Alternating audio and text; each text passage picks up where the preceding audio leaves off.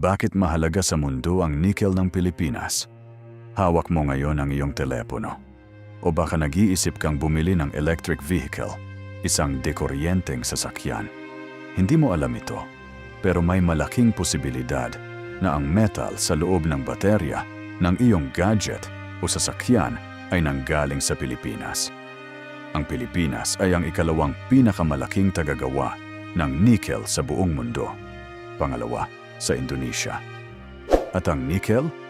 Ito ang isa sa pinakakritikal na metal sa kasalukuyan dahil ito ang pangunahing sangkap ng baterya ng lahat ng electric vehicles at energy storage systems sa buong mundo. Sa madaling salita, walang electric vehicle revolution kung walang nickel ng Pilipinas. Para maunawaan kung bakit mahalaga ang ating nickel, kailangan munang malaman kung para saan ito ginagamit.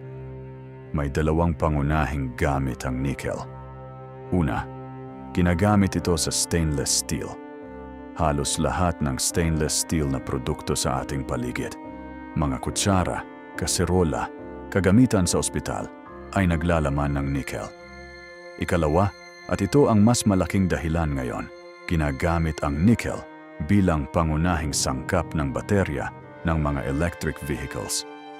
Dahil dito, ang demand o pangangailangan para sa nickel ay inaasahang tataas ng higit sa 40% bago mag-2030, habang patuloy na lumalaki ang bilang ng electric vehicles sa buong mundo.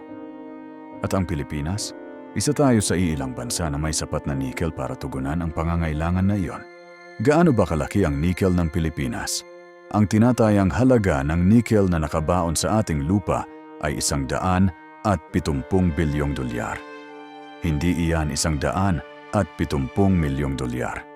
Ang karamihan nito ay nasa Surigao del Norte, Surigao del Sur, Dinagat Islands at Palawan. Ang rehiyon ng Caraga sa Mindanao na tinatawag na mining capital ng Pilipinas ay may 26 na aktibong metal mines at 23 sa mga ito ay nickel mines.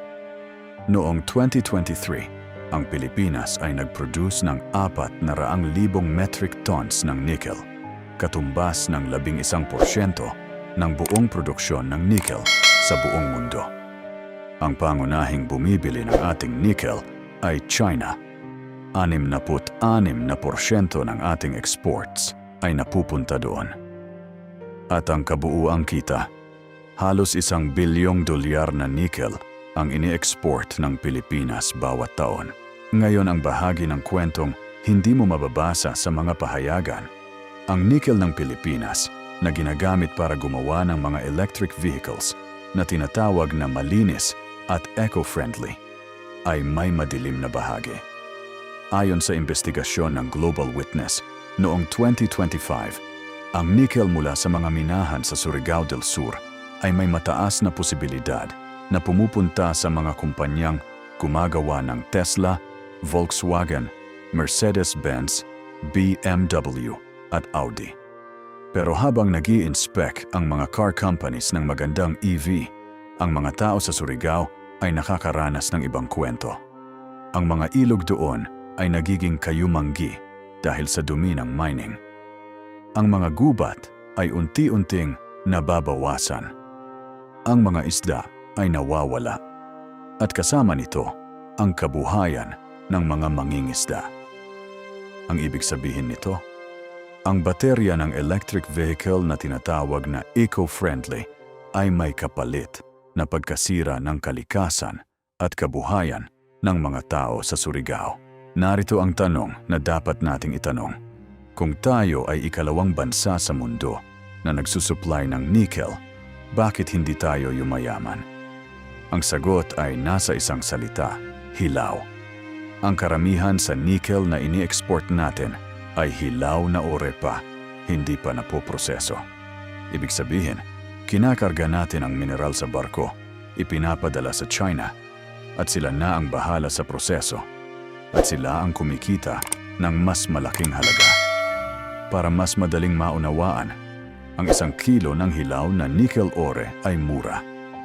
Pero ang parehong nickel na naproseso na para sa EV battery 10 beses na mas mahal iyon. Kaya ang Pilipinas, na may 170 bilyong dolyar na halaga ng nickel sa lupa, ay nagpapatuloy na nagbebenta ng mura. At ang China ang kumikita ng mas malaki.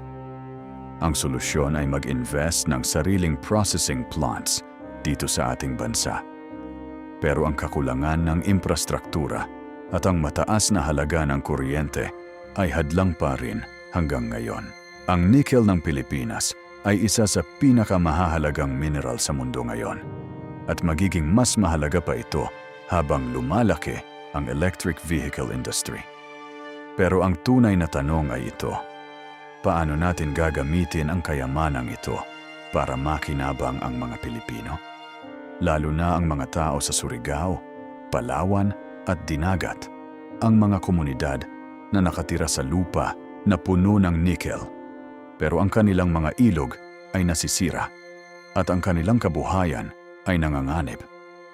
Hanggang hindi natin nasasagot ang tanong na iyon, ang 170 bilyong dolyar na nickel ng Pilipinas ay magiging kayamanan ng ibang bansa, hindi ng ating sarili. Kung nagustuhan mo ang video na ito, mag-follow, like, and share para sa Lakbay Kasaysayan PH. Patuloy tayong matuto.